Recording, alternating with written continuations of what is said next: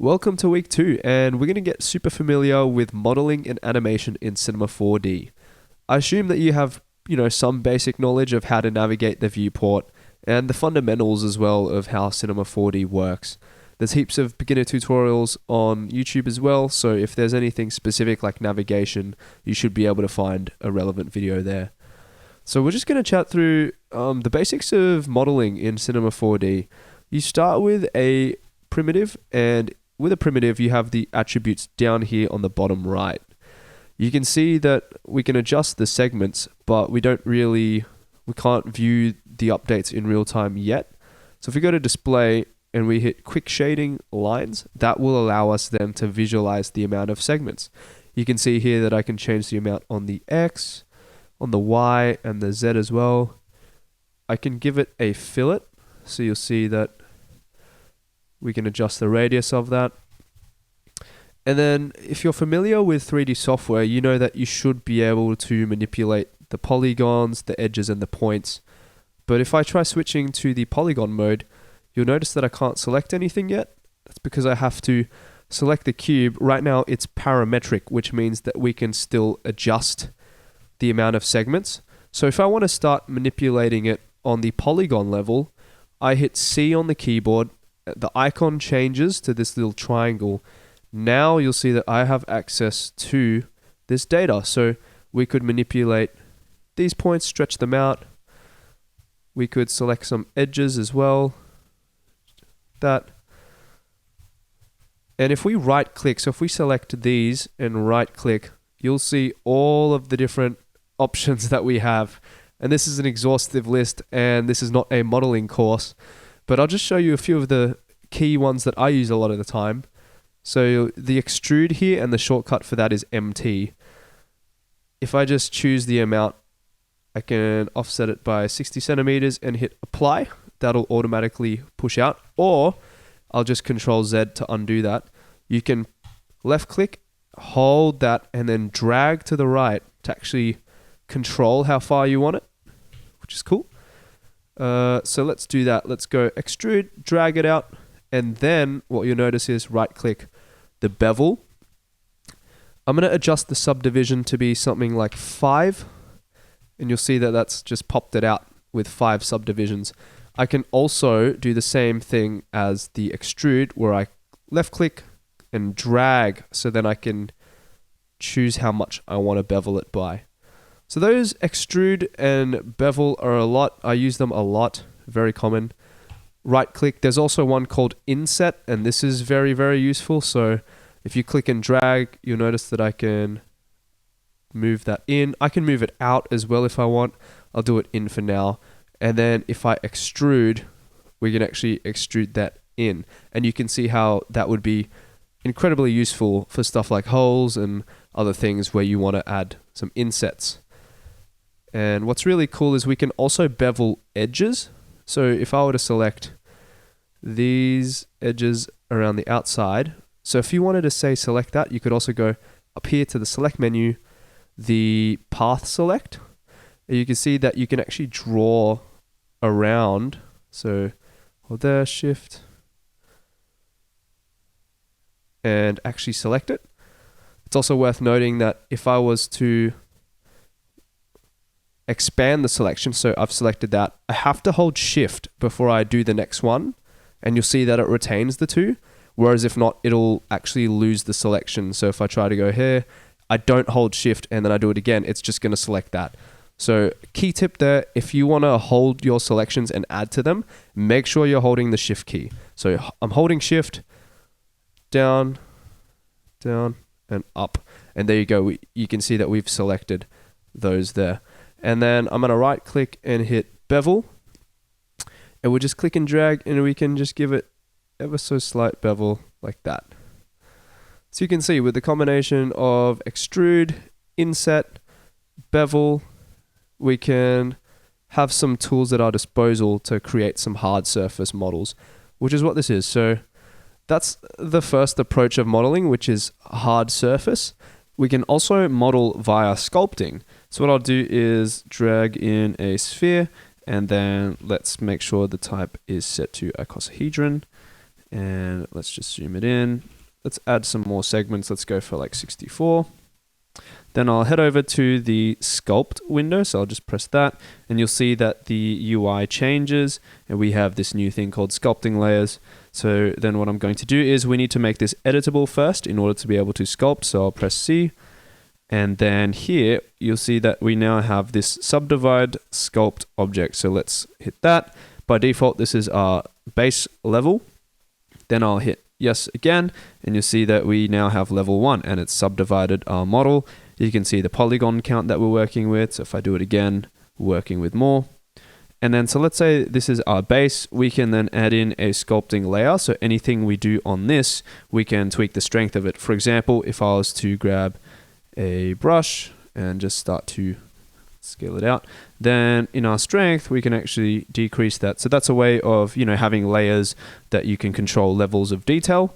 So what I'll do is just delete that, delete this layer, so there, and then make a new layer, and hit NC, and let's just drag up the strength of my brush. We can enable symmetry as well, and the way to do that is just toggling this symmetry plane on. You can see that now we are sculpting symmetrically. It gives a nice little smiley face. So I'll just take you through some of the brushes as well. So draw, obviously, we can push, and then if I hold control, that's then going to invert the brush, and it's going to eat away. And then we have the wax. So this is just going to polish edges out, so you can see it's kind of smoothing the in-between. We have knife. This is going to cut in some details. So for example, see that? It's cutting in some hard lines. So this is good for, some slashes or, some skin details. And then if I hold control, it's actually going to make some ridges. It's going to then push up like a mountain. So that's cool. Let's just choose the inflate. So this is then going to just bubble up and give it more volume. For example, if I was to draw like this and inflate the tip, you'll see that it now gets bigger and it starts to bulge out. And the amplify, it kind of just accentuates these details. So you'll see wherever it's pushing down, it's going to push down even further, and wherever it's going up, it's just going to amplify it. I don't really use the repeat brush, so I don't really use the repeat brush too much. You have the grab. So these are the drawing brushes, and these allow you to then actually manipulate the mesh around. So you can see we can grab it and distort the mesh like that. It's also important to note that while you're on a layer, you can't actually subdivide it anymore. So in order to subdivide it, then we need to hit another layer there. And now it's subdivision level 3. And then if we want, we can make another level there. If we go down to 2, however, you can see that we can now access this layer that we're working on. Okay, and then we have the smooth. So this is just going to smooth out the polygons. You can see what that's doing. Just smoothing everything again. It's super nice. Pinch, just going to pinch the vertices together. That. Flatten. So say we don't like this, let's flatten it away. There you go, it's flattening. Fill, just going to fill the holes. There you go. And scrape. So that's kind of similar, it's just going to scrape away, just like clay. So those are the fundamental drawing brushes. And you'll notice that if we stretch out, so if I just get the grab brush and we stretch this way out, and then say we wanted to then like sculpt on this, but we can't because of the polygons. So see right now, if I try and raise this up, it's going to deform like crazy. So what if there was a way to voxelize this? And this is similar to the ZBrush remesh, but it's going to, instead of working with polygons like this, it's actually going to voxelize it and give us even topology all over. So the way we can do that is to head over to here where it says the volume mesh. Here we can change the voxel size, the pre-subdivisions, and the smooth. So you can smooth out a little bit before you decide to voxelize it. Voxel size of 10, let's just see how that goes and hit OK. You can see that it voxelized our mesh, so it's treating everything like it's in little voxels. The voxel size was too big, so I'm going to change that to something like 3 and hit OK. There you go, you see that it's now made our topology, it's now voxelized it so it's even. And then if we were to even go to See, there we go. And then I can start to, let's just drag this out and let's drag this out. So something where it deforms really badly. And then if I just hit this again, see that it's voxelized it. We can then inflate this to give it more mass. Inflate this. It's kind of like wings. It's like a cartoon hand or something. And then we hit voxelize. There we go. We can even change the voxel size to 1. And you'll see we get even more detail. And then now we could start sculpting in between. Let's drag this out. I don't know what this is, like grabber hands. It's also important to note that once you voxelize it, you lose your sculpting layers, and that's obviously because the topology has changed completely, so we don't have access to layers anymore. So that's just something to keep in mind. If you want to use layers, do that before you voxelize, or make a copy of your object and then voxelize it there. And then the cool thing is we can now put it inside of a remesh, and it's just going to do its thing. There you go. Now we have a sculpted, remeshed model. And you could then, UV unwrap this and bring it over to something like Substance Painter for texturing. Our default layout. So we've talked about hard surface modeling, where we got a cube primitive, modified that. We've talked about sculpting, where we grabbed a sphere and then gave it some more segments in the sculpting layout, and then we were able to manipulate the mesh organically. Now I'm going to talk about deformers. So this is another pretty cool way of modeling. Say I've got this cube and I'm going to stretch it out here by pulling on this yellow dot, and so that's also a way we can resize our object. So let's say I've got it pulled out so it's quite long. Okay, and then in this panel here, if I press and hold, these are all of our deformers. So what these do is manipulate geometry in a way that's controllable and tweakable as well. So you'll see here, if I grab the bend and I hold shift, it will actually make bend child of the cube. And that's a tip. If you hold shift while adding anything new, it will make it a child of the object. So if I was just to add a sphere, that will make it a child. Okay, so we've got the bend deformer and we're getting some interesting results. That's not quite what we want.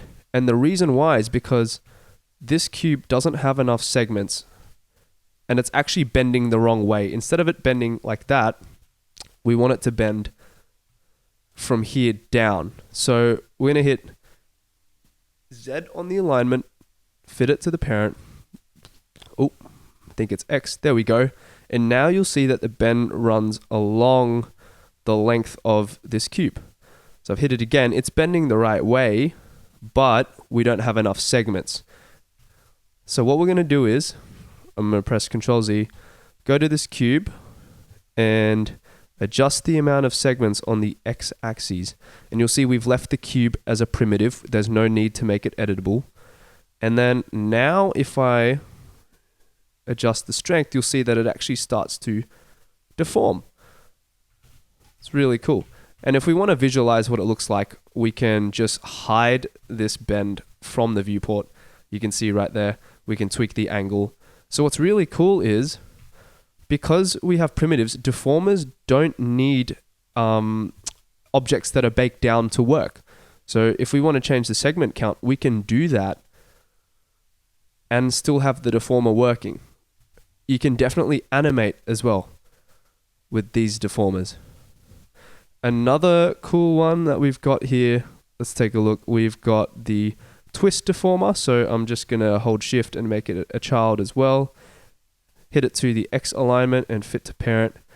And as I twist this angle, you'll see that it actually morphs the shape, which is pretty cool. So we could also animate this parameter. And let's actually talk about a little bit of animation here. So if I press left click on this, that's a keyframe, and you'll see that it's reflected in this graph. If I then go to frame 24, and then crank up the angle to something 355. Hit another keyframe. You'll see, whoa, it actually starts to animate. So that's just a little teaser of what's to come. But I just wanted to show you deformers, and there's plenty more as well that you can check out, and there's tutorials for each of these. But yeah, really cool stuff.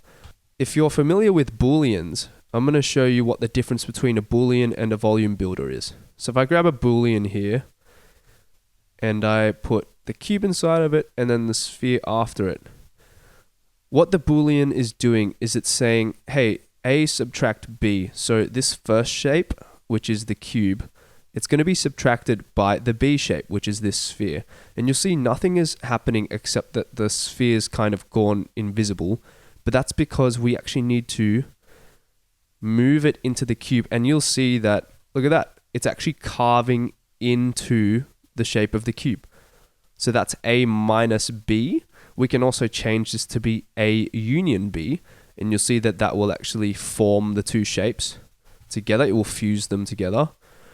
We can do A intersect B. So that's kind of where they intersect. It will create geometry based off that.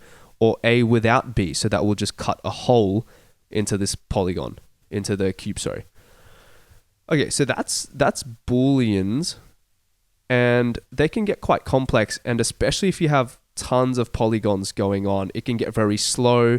And also, say we wanted to, let's say, subtract that from the cube, and then we wanted to do another one on the top, we would then have to create another boolean or put this in a null. So press Alt G to put that in a null, then drag this sphere inside as well. And you can see that, boom, we've also created two holes here. So anything, because it's set to A without B, anything that's in this null, we can subtract it from this cube. Okay, and now let's go through the volume builder. So I'm going to do the same thing. I'm going to grab a cube and head over here. This is all the volume kind of tools. And then I'm going to press Alt, which will make the cube a child of the volume builder. If I were to press Shift, it will make the volume builder a child of the cube. So it depends. Let's do Alt for this one because we want it to be under the volume builder. And then here you'll actually see we have the voxel size and all of the things in the volume builder. So I'm actually going to drag in a volume mesher and holding Alt as well so that it's now a parent of the volume builder. And you can see that it has voxelized and then meshed our cube. And then what we're going to do is drag in a sphere. So if we bring in the sphere to intersect, similar to the boolean, we drag it inside our volume builder. You'll see that they've fused together by default, but we can actually select this and then hit the subtract. You'll see that that's then made an imprint in the cube. So you'll see that we don't have many polygons, so we need to up the voxel size. Rather than adjusting the segments, that doesn't actually do anything on the primitive level because all of it is being voxelized, if that makes sense. So you'll see that if I hit something like 20, the voxels get larger. So then when I mesh it, you'll see that we have less polygons. So it's not really dependent on the amount of segments. It's more dependent on the voxel size. So if I were to crank this down to 5 or something ridiculous like 3, you'll see that we get very nice crisp edges, but this sphere is really blocky. And that's where the segments do come in. So if I turn these off, see how our sphere is actually very blocky. So even though we turn down the voxel size, because this actual geometry isn't subdivided enough, it doesn't have enough segments, it's still going to look blocky. So let's up this to something like 500 segments so it's really smooth. Turn on the volume mesher and the volume builder. You see that we get something really nice. And the cool thing is we can also, if we were to grab like a figure, put this above, and we wanted to actually fuse it so that his feet and this cube were one mesh, we would drag the figure inside the volume builder. You see that it's now fused, and it's really cool for some wax effects, and yeah, the possibilities are definitely endless with this. So let's crank the voxel down to something like 2. Okay, and then what we can do is there's some filters here. So I'm going to drop down a SDF smooth, and that's actually just going to smooth everything out. You'll see it's smoothed it too much, so now the feet are gone. So what we're going to do is change the voxel distance, so that's how much it's smoothing, how many voxels it's smoothing. Let's drop that down to 1. You can see that we get some of it back. I'm going to hit ND, and I think it's because we need an even smaller voxel size. So I'm going to change that to 1. There we go. Now you can see that we've brought back some of that. And the smoothing, if I toggle that off and on, it's actually helps smooth out the corners. We can change the strength of these filters as well. If you find they're overpowering, you can lower the strength.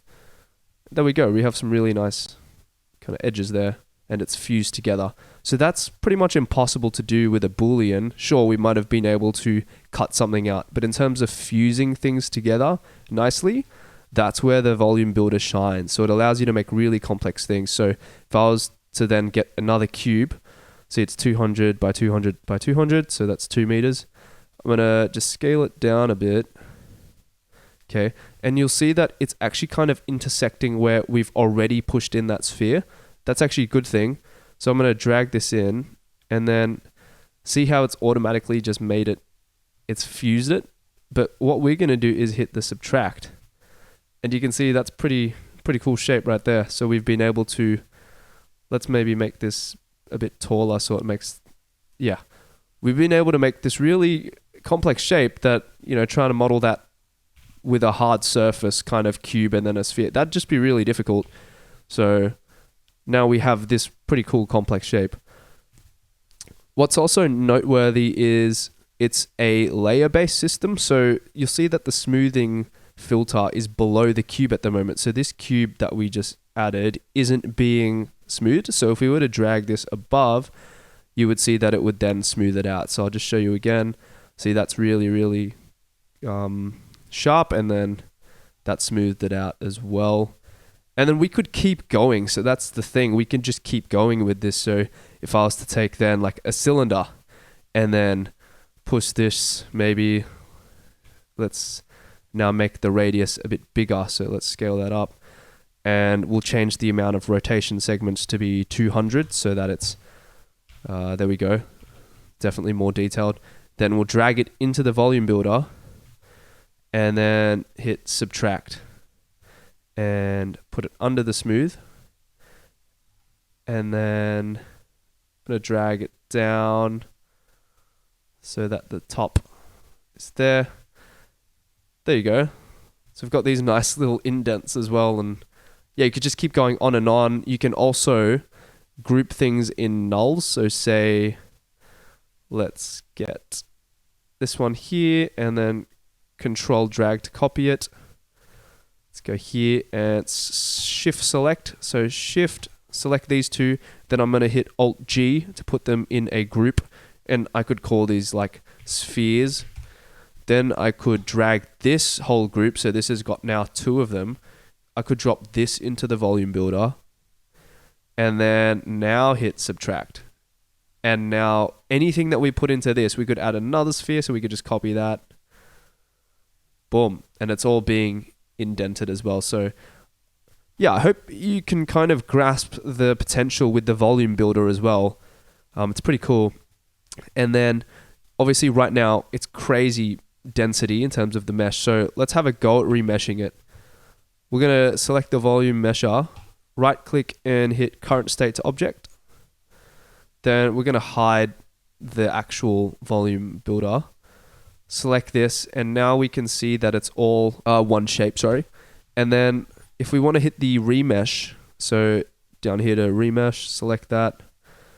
We can change the mesh density to be a bit lower, to something like 20%.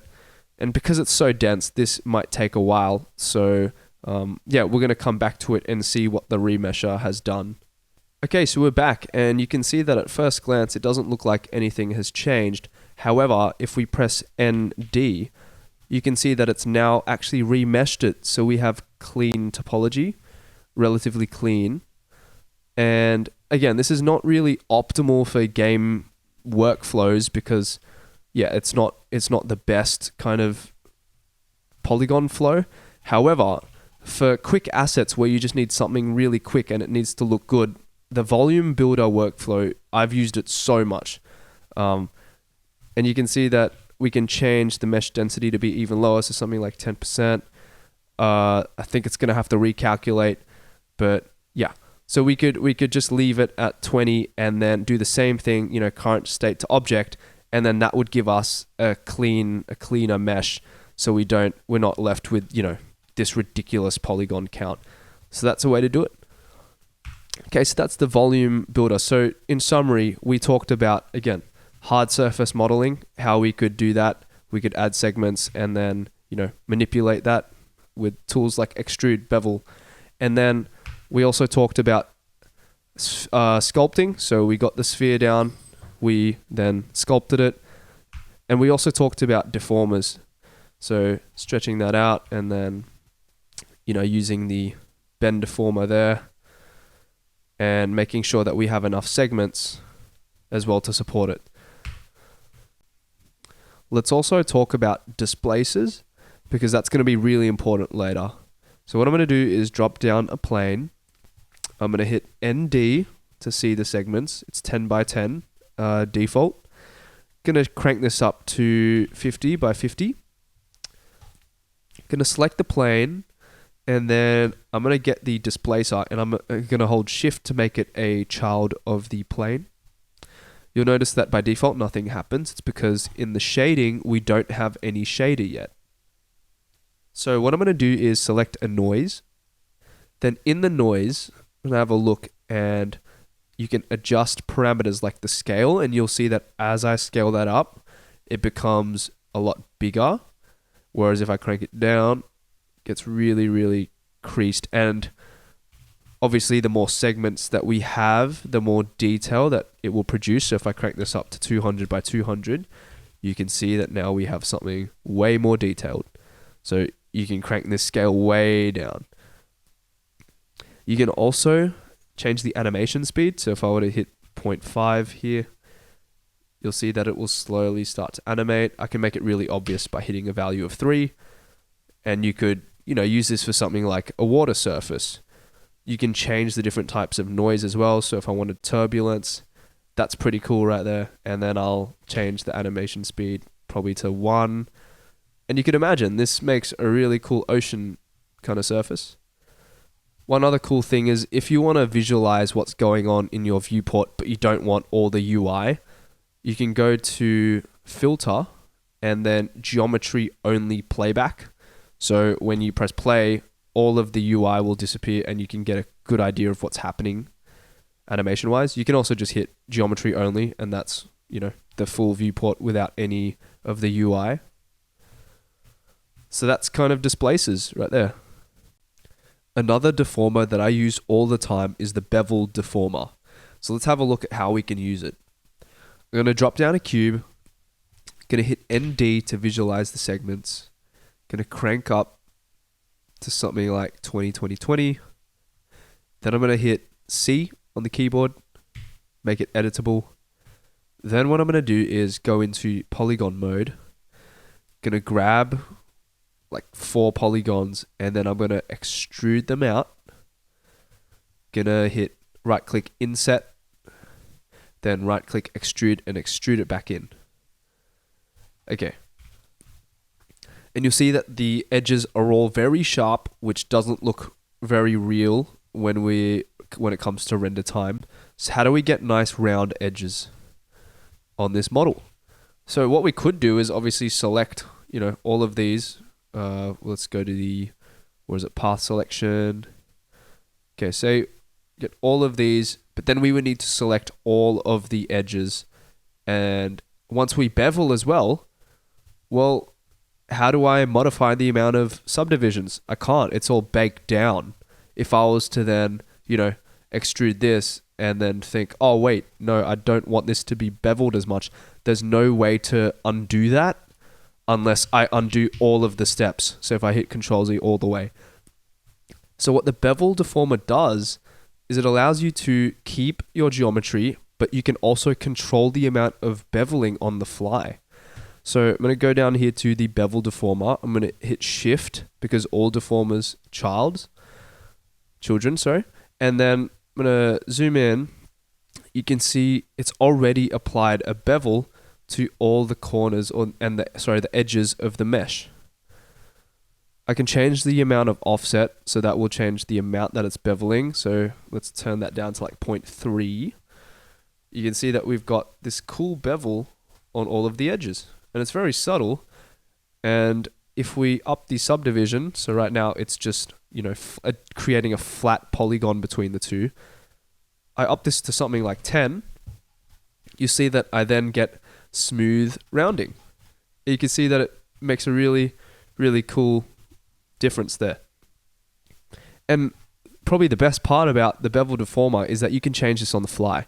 So say I didn't want the bevel anymore. Well, I can just untick it. Whereas before, it was baked into the mesh. Whereas with this, it's as simple as just toggling it off and on. I can also change the amount of subdivisions and then hit less offset as well. So I can change the value of that. And then we can also talk about selections. So what I'm going to do is turn that off. We can limit the deformer to use only specific edges that we define. So I'm going to hit the cube and then go to the edge mode. Then I'm going to use the path select to grab these outer edges here. Then I'm going to hit Shift C on the keyboard, and that's going to bring up the commander, which is a way to search for all the tools and all of the UI in Cinema 4D. So for example, if I was to search for cube, you could see that we could drop down a cube right there, or a cloner. We could drop one down there. But what we want is store selection. I'm gonna grab this one here, double click, and you'll see that it's added this little icon on the right of our cube. You'll see that it says count 8, and that means that we've stored this data. So this 1, 2, 3, 4, 5, 6, 7, 8, we've stored that as a selection tag. So now in our bevel deformer, we turn that on, you'll see that it's affecting all of the edges. Where it says selection, we can drag this selection in, and it will only bevel the edges that we selected. So see how everything else is left untouched? So that's another way that we can control what the deformer is affecting.